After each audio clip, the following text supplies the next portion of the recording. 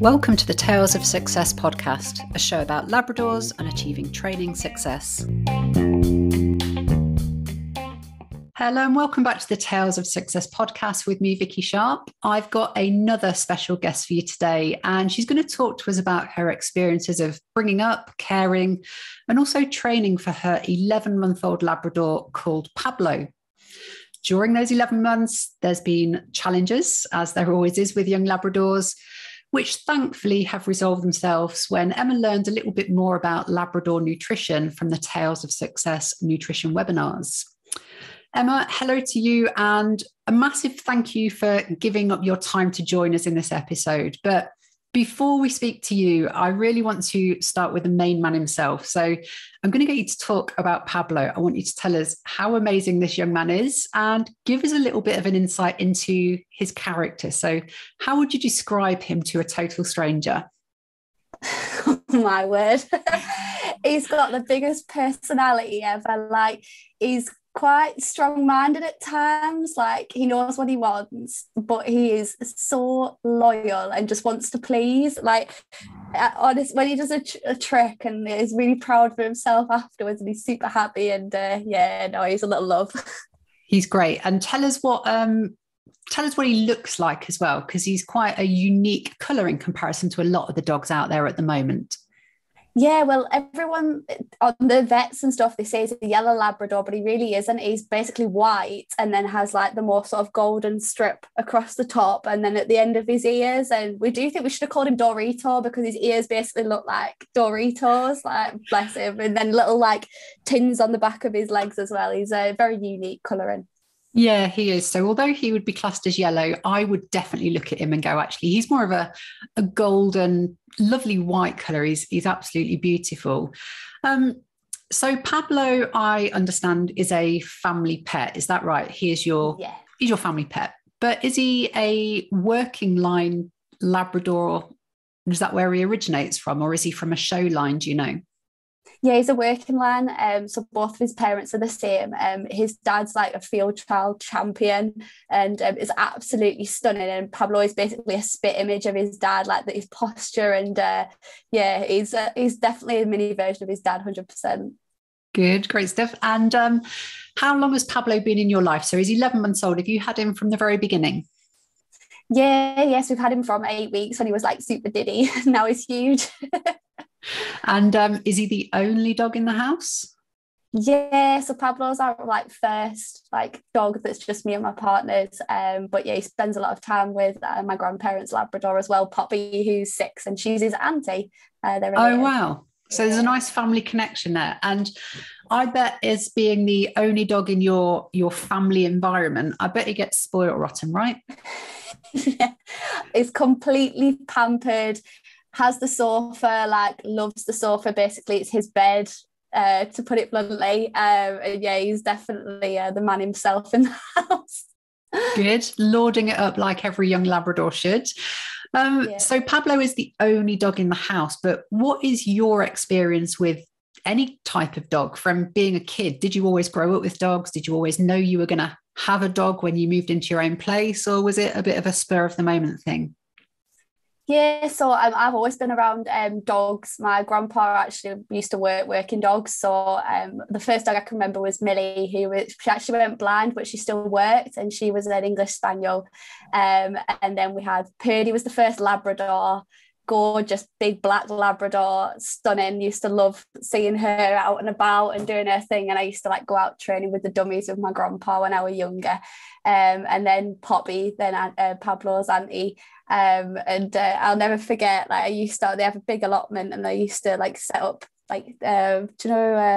garden pots and then put canes over them to make jumps, and they used to run around. The dogs would be on the lead dragging them around time and time again. And then now obviously we do a bit of agility with Pablo, so it's come the full circle with our own dog, I guess. And if your grandpa used to work his dogs, I guess in the back of your mind, you'd probably got quite a high expectation of what Pablo would be likely to want to do. Would you say that he has lived up to those expectations, or do you now realise how much work your grandpa actually put into getting his dogs working? Yeah, 100%. Like there's definitely a lot of natural potential there. Like the first time we tried Pablo with the dummy, he retrieved it perfectly. Like we'd not trained him to do that, but then ever since it's gone a little bit south, and we've had to like obviously rework that, and now he knows it's a bit of fun. Yeah, like my grandma must have put in hours of work over the years, and I'll never forget like when we went to get Poppy, not Poppy, was it Purdy? We got, and he took like a pheasant with him just to trial how she'd be with like how soft her mouth was and things like that. But yeah, like a lot of effort goes into getting like a Labrador that really does respond in that way, but they just want to, like you can just tell like the training. Pablo loves it, like his tail's going like flappers. And there's so much natural desire to want to work and to learn from pretty much every Labrador that I've ever met. But it just goes to show how much dedication the humans have got to put in as well to kind of nurture that desire constantly, really. So Pablo is working line Labrador, but predominantly a family pet that just has the best life in a family environment. Where would you say he is at his happiest? So there's two polar opposite answers to this question. So Pablo loves Starbucks, and he loves going and he gets his Pupachinos with his cream. And I swear he knows when you're going through which drive-through, and he'll literally be excited. So he loves that, and he loves time on the sofa. But then he's like, I swear he wants to be a black Labrador basically, because every time we go somewhere, he gets the muddiest any dog can ever be. Like he'll be with a group of labs and he'll be the black Labrador by the end, because he just loves puddles and he runs up and down, and yeah, we have to swim him quite a lot because he's a nightmare with being so white and then obviously getting so muddy. But yeah, he absolutely loves the mud basically. And you mentioned about going to Starbucks. So there will be people listening to this that haven't yet gone to Starbucks with their dog, because actually, why would it be on top of your list of things to do with a Labrador? Yeah. Just describe what a Pupachino is to those people that haven't experienced it. So like in the size of an Americano little cup, they put in whipped cream basically, and they have the time of their life. They get it all over their nose and they'll be licking it. And then the worst thing he ever did was he was in the back of the car and not had it for long, and he sneezed and white cream went absolutely everywhere. But literally, yeah, it's the best thing. They love it. Brilliant. So you heard it here first. Get yourself to Starbucks, order a Pupachino. Your dog will absolutely love you for it. So you've had Pablo for probably around about 9 months. Is that right? Yeah, something like that. 9-10 months, something like that. What is the best bit about having Pablo in your life? I think the main thing is like you might have been away for like a few minutes or like hours, but like the way he greets you, he's like so pleased to see you. And when he wags his tail, I don't know how, but his whole body sort of goes, and he's just so excited. And he is really loyal. And I like work from home, and it's lovely having that sort of companion there. And although I don't have him in my office with me because I thought he might get a little bit too attached, just knowing that he's downstairs, and when I go and have a break, he's super excited to see us. And yeah, it's just the best thing having that little companion. And even though he can't speak, you sort of feel like he can from his sort of personality, if you get what I mean. Yeah, absolutely. I think our Labradors definitely know how to communicate with us, and those waggy tails and the head butting every time they greet you kind of gives us that indication that they blooming love us a lot. And that's really nice to see. So Pablo, 11 months old, how have we got to this point? He's now this kind of great family pet. Did you leave it to chance, or have you done a specific training regime? Have you been really focused on trying to sort different things out? So for listeners to this, just tell us a little bit about that kind of weekly training routine that you have followed or do follow now. Yeah, so from like the day we brought him home, we started like the training then, because we thought while he's young, try and not get him to learn the wrong behaviours and then have to like get it out of him. And I remember he was doing like sit and stuff in the garden on the first day we got home. And then when he was about, I think 5.5 months, he did like was it the foundation course he did, like a cross between the two, was it? Yeah, like so Pablo actually joined us for our online foundation skills at that age, where Chloe actually was the trainer that helped you with that. So I think he took really well to that, didn't he? Yeah, I absolutely loved it. And I wasn't sure what to expect with doing it at home. And especially we were in sort of the winter months, so it was like dark and we were in our little living room. But he absolutely loved it. And they were where we probably learned the most like key skills that we use like all the time. particularly like the heel walking and stuff like that. That is like absolutely key to like a big strong Labrador that he is now, I guess. So yeah, like we do lots of training with him like every single day, little short bursts, because his attention span, he prefers like little bits of a time rather than like a long slow. You can just tell he's getting like tired or like distracted. And yeah, like I was thinking about this, and like actually we do training without even realizing, you know, like just little things like getting him to, like he does focus on our eyes before he gets his food and things like that, or telling him to go and settle on a mat while we're watching TV. So yeah, we do it all the time. We're just not really realizing, I guess. And that's quite a good point, that you do things that you don't realize. And sometimes when I chat to people on the phone and we're talking about dog training, the expectation is that we as dog trainers will essentially train the dog. And I suspect what you learned when you did the online foundation skills is that actually we're not necessarily training your dog. We're very much training you, because it's you that needs to get the best out of your dog. Would you say that you learnt as much, if not more, than Pablo during that training?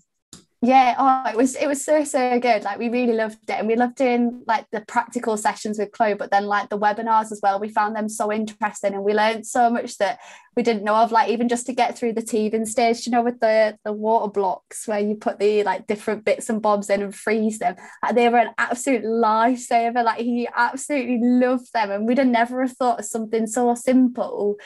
Like you see all these really expensive things in the shops for teething, and actually something like that was like the best thing for Pablo because it was so cold and he could crunch on it. And now though, like if you open the freezer door, he just think it's his sort of food cupboard. So every time you'll go to the freezer, you have to be like, Davert. He loves it. And for those people listening that have no idea what you're talking about with the frozen block, I'm going to let them all into a little secret now. So you can go to the pet store and buy loads of teething toys and gadgets and gizmos. Probably the best thing, or two best things for a teething Labrador, is a frozen carrot. That always works quite well. Or get yourself a Tupperware container, fill it with bits of kibble, fruit, whatever your dog loves, top it up with water, and then freeze it into a solid block. And then let your dog take as much time as they want to chew through that ice and get to their treats in the middle. It's going to help their gums. It'll help the pain relief of their teeth.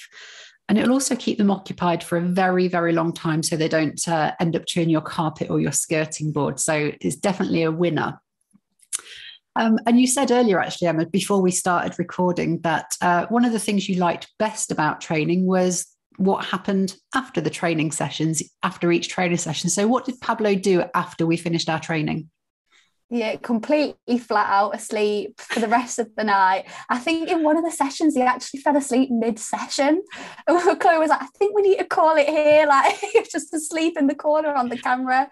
But yeah, they're absolutely shattered, and you can just see like something so simple where they're not actually, you wouldn't think they were using that much energy, like they're not running around everywhere, was just so tiring for him, and it just shows like how much is going on in that little head.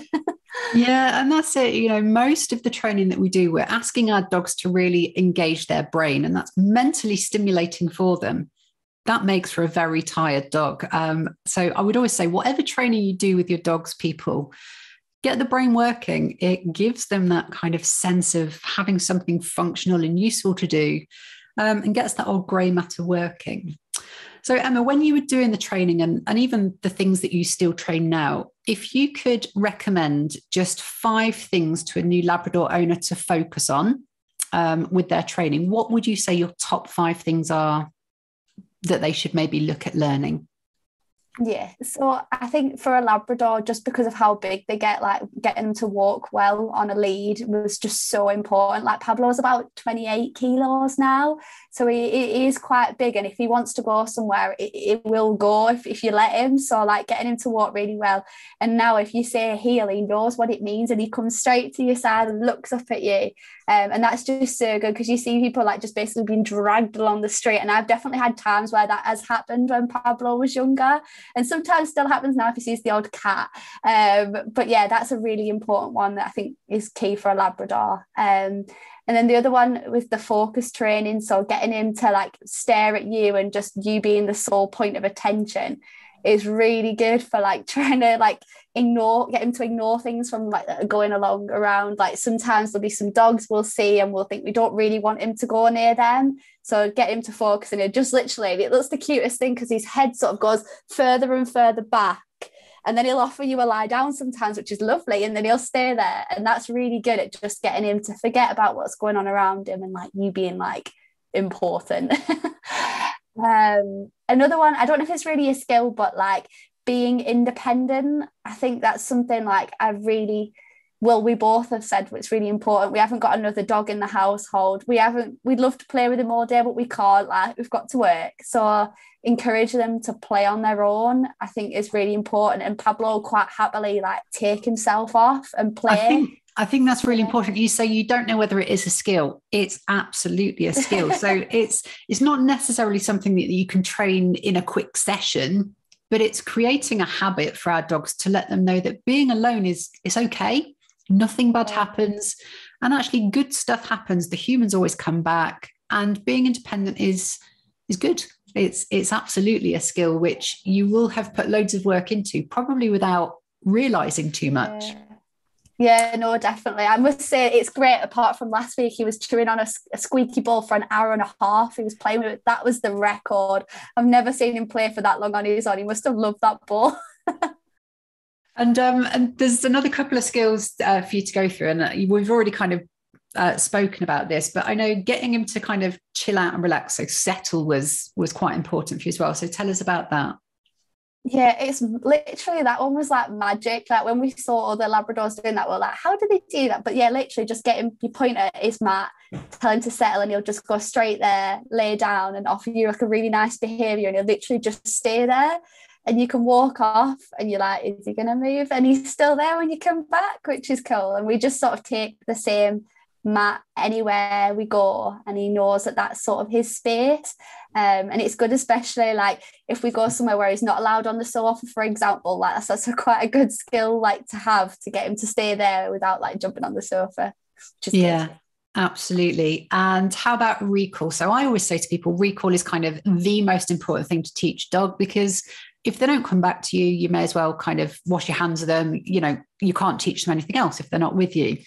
So how did you kind of go about recall? Do you use a verbal recall? Do you use a whistle, a visual element? What works best for Pablo? Yes, we used to always just use verbal, but then we'd introduced a whistle probably a bit later, which probably should have done it earlier, really. And he tends to respond a lot more consistently with the whistle rather than our voices, which whatever works for him, I guess. But like we've built that up over time. Like he has like a long lead that he uses when we're in like an area where we don't particularly know very well. And I accidentally ordered a 30-meter one, which was probably the record, and you take half the like neighborhood out in the process, but it's brilliant. We've done all like the secure fields and things like that, which are really good. But like I think sometimes it's actually just trusting them. Like I think we sometimes are more nervous, and they actually can do it, and you're stood there like, oh, is he gonna come back? But we had like a really achievement actually the other week. We were at the beach, and like the beach is a very exciting place for Pablo in particular. Loves all the dogs and the smells and the things, the seaweed, and the people. And he ran off towards another dog. And I shouted, Pablo, come. And once of a day he would have carried on for the dog, but he did come back, and it was like a real achievement. And then someone threw a frisbee and he went for it, and I shouted, Pablo, come, and he diverted and came back, and I was like, oh, how have you done that? Brilliant. I guess at that point you just want to give yourself a massive pat on the back at that point and think, actually, yeah, everything we've done is working, and clearly the boy is picking up on that. Yeah. Could you imagine what life would be like if you hadn't have put in that dedication to train him in the early stages? Where do you think you'd be currently at? Would you have a dog that's as perfect, or do you think you'd be really kind of struggling with life? Yeah, I think it would be quite stressful having an out of control Labrador, especially with being such a big dog as well. Like, and I think the more you do when they're younger, like the more they keep it up like later in life, and they don't earn those like really bad behaviours, and you're trying to like get it out of them, and it can take ages. But yeah, I think it's just more pleasurable for everyone. Like I'm sure he's a lot happier, and because we're not stressed, and vice versa. What makes him tick when you're doing training with him? So some dogs will do it just because they're told to. Other dogs are food motivated, toy motivated, play motivated. And for us as trainers, we would always say, find your dog's motivation and work with that. What is Pablo's motivation? What does he like working for? Yeah, Food, yeah? food, literally. Like Pablo will do anything for any food that's on offer, even if he can't have it. Yeah, literally absolutely loves food. And those squeaky balls that you get from B&M, like he absolutely loves those. And he found one on a beach, and ever since he's obsessed, so he's got 3 downstairs. Brilliant. Training's obviously been a big part of Pablo's life in the early stages, and you're seeing the benefits of that effort that you've put in. Do you envision a time in his life where training stops? Is it something that will just carry on evolving as he grows, or have you got this set target of we're not going to do any more training? I think we just naturally do it without even realizing. Like, it literally doesn't feel like training. It just feels like his routine, I guess. Like, and the thought of him having that brain and not using it, I'd be like, oh my goodness, like he literally just loves doing it. So why would we stop? And like we keep building like little things on, like he does his middle where he walks around your legs and sits between your legs. So we've like started accelerating that. So now he does a figure of 8 around your legs, which is really cool. And we've built that up over time. So yeah, and his agility as well. We're just building things up over time that he literally loves doing. Great stuff. And I saw on your Instagram account recently, you just went on a family holiday, actually. And I think there's a lot of Labrador owners out there of 11 months old-ish would dread the thought of taking their dog on holiday because they might go crazy. How was that? Was it a pleasure to have him with you? Oh, yeah. Like, I couldn't go away without him. It was literally so much fun, and he loved it because, like, as you can imagine, all the new smells wherever he was, and he loved all the attention and the fuss and the walks, and yeah, he was absolutely fine. And I think people often think they're older than they are because of the size. Do you know what I mean? And like people often say, "Oh, wow, he's doing really well." And you're like, "Oh, actually, he's doing all right." But yeah, we take Pablo absolutely everywhere, and it's not a problem. Like, I worked out, I think he's probably done about 4,000 miles in the car. Because I've got a clock on my car, which I know how far we've done. And yeah, he goes here, there and everywhere, and he's all good. So he's definitely part of the family and, you know, fits in with what's going on. And that's really good. When you were kind of, I don't know, looking at the internet and you and your other half had decided that it was the right time to bring a Labrador into your life, you probably had this preconceived idea of what life was going to be like. Now you've gone through it. Do you think it's different from what you thought it might be?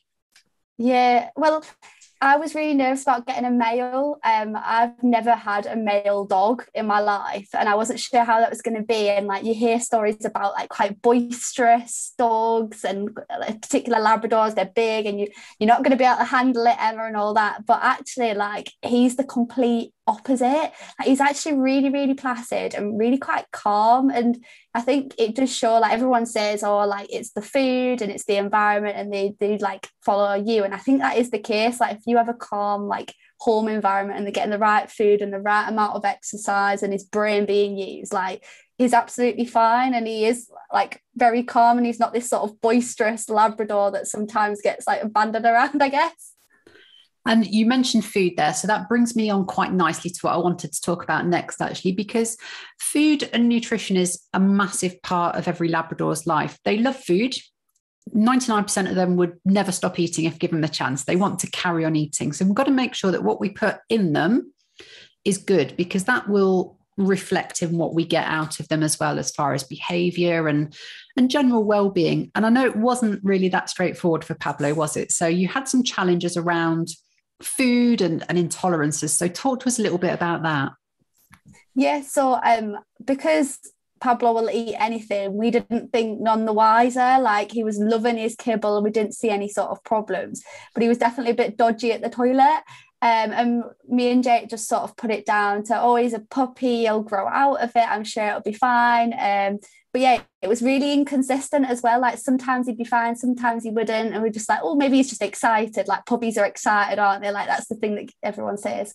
And then, yeah, we attended Sam's webinar on food and nutrition. And then we were sort of hearing about how, yeah, like some dogs can be intolerant and not agree with certain feeds.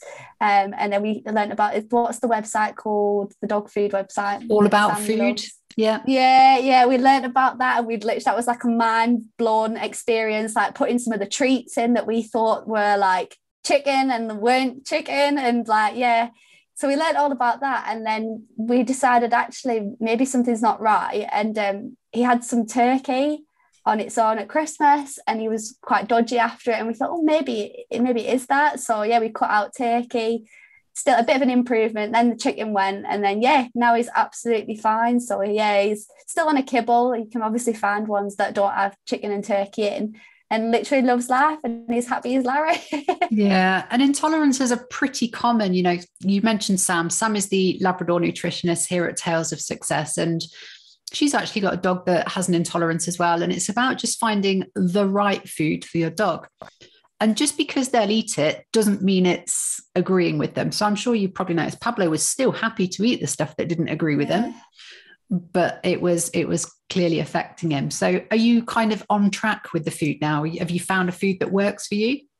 Yeah. So he's on the Eden country cuisine and absolutely loves it. And all his treats now are all like whatever the meats are within that food. We just stick to all of those. So all his like natural chews are all from those certain animals and things like that. And yeah, like now we've found it, we're just going to sort of stay with it. And he looks really well. Like his coat's like really, really shiny. He's not itching as much because we didn't realise the itching was probably a symptom of the food as well. And yeah, no, he is happy as Larry. Good. And I'd also just like to say at this point, well done to Eden for producing a food that clearly Pablo loves. So country cuisine, you said that he's on, is that right? Yeah, that's the one. Absolutely loves it. Good, great stuff. I'm glad that we could give you that recommendation. I know Sam did some work with that to kind of recommend some good ones for you. So now we're back on top with the food. There is lots of positives, huge amount of positives that you've mentioned, and there should be. Positives should always outweigh the negatives when owning a dog. But be realistic, there's negatives of everything, and owning a Labrador has its negatives as well. So what is the most frustrating part about having Pablo in your life? Yeah, the shedding is a lot. And I don't know if there's a thing about like his colour Labrador shedding more than a black Labrador, because I definitely can't recall as much from Poppy and Purdy. But yeah, he sheds so much. So like a really good hoover is like so key, and we do groom him like quite a bit, and we have a really good brush that we use, and yeah, like as long as we keep on top of it, like it's fine. But yeah, there's just a lot of hair. Like you can't wear black anymore in our household because literally you just end up looking like Pablo at the end. It really is constant, isn't it? You know, that shedding with Labradors is just non-stop, and it never ends. Absolutely. You get no break from it. So yeah, invest in a good hoover. That's definitely the best thing you can do. And just accept that you can never have a hair-free life when you've got a Labrador. Not. And it sounds like you've done lots of positive with training and caring for him. But again, I want to just focus on the not so good things as well, because it's real life. Do you feel like you've kind of failed in any way, or in hindsight, would you have done things differently in those months that you've had Pablo? Yeah, so the biggest one probably was, so I work from home and I didn't want Pablo with me all the time because I thought he was going to get super attached. So he always had the kitchen to himself in the day, and then through the night, obviously I'm here so I can go down, but it's his sort of space.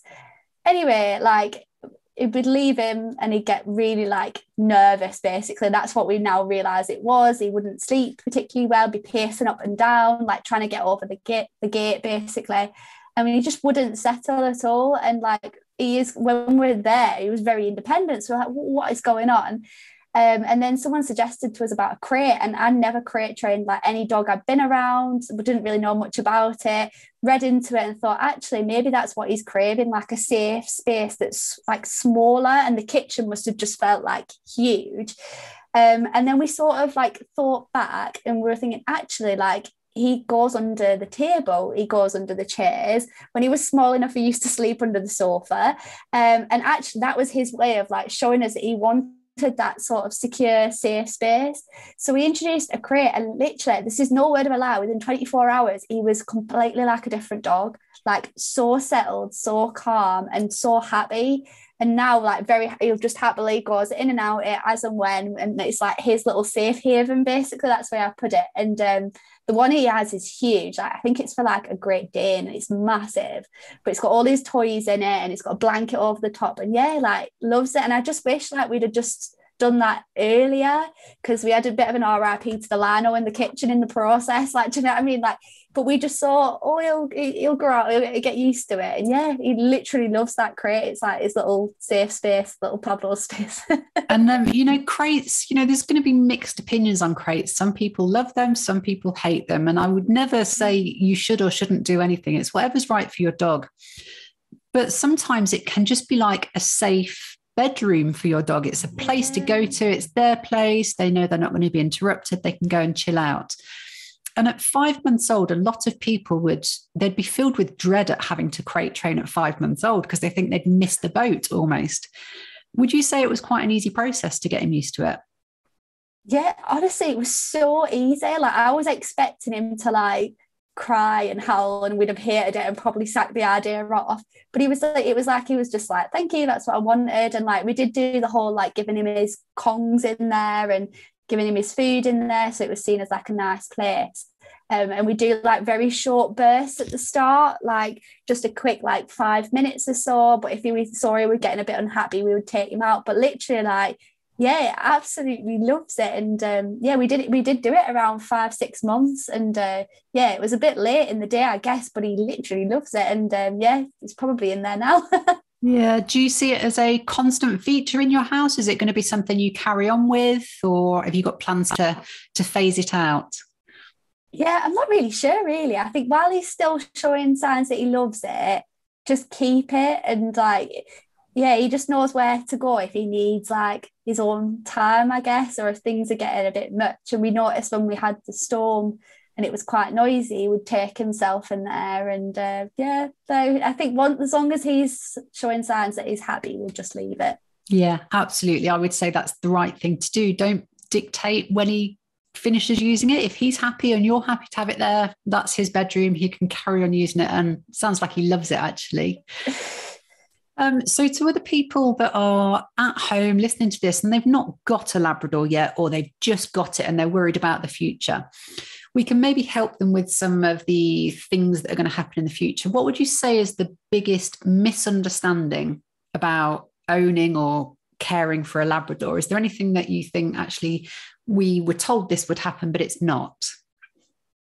Yeah, I think like the energy levels, like they're known to have quite a lot of energy, especially when they're younger, but like they do actually really chill out. And I think sometimes it's actually encouraging them to chill out is a bit much. But yeah, no, he absolutely like goes from his zoomies in the garden going crazy, probably with like a leaf in his mouth that he's nicked from somewhere, to then he'll like completely crash on the sofa and he's really, really calm.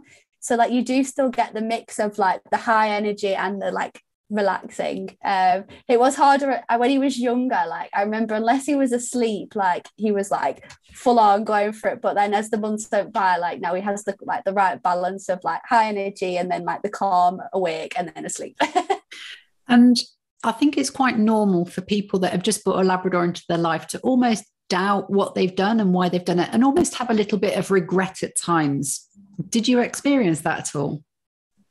I don't think so, but the teething was the hardest. Like those teeth were so sharp, and like I didn't realize like how much they'd need to chew on. Like, and that was probably the hardest bit, is like getting through that. And then when we saw he was like losing his teeth, we were like, oh, we're getting closer. And then obviously when the big ones come through, it like sort of riles up again, doesn't it?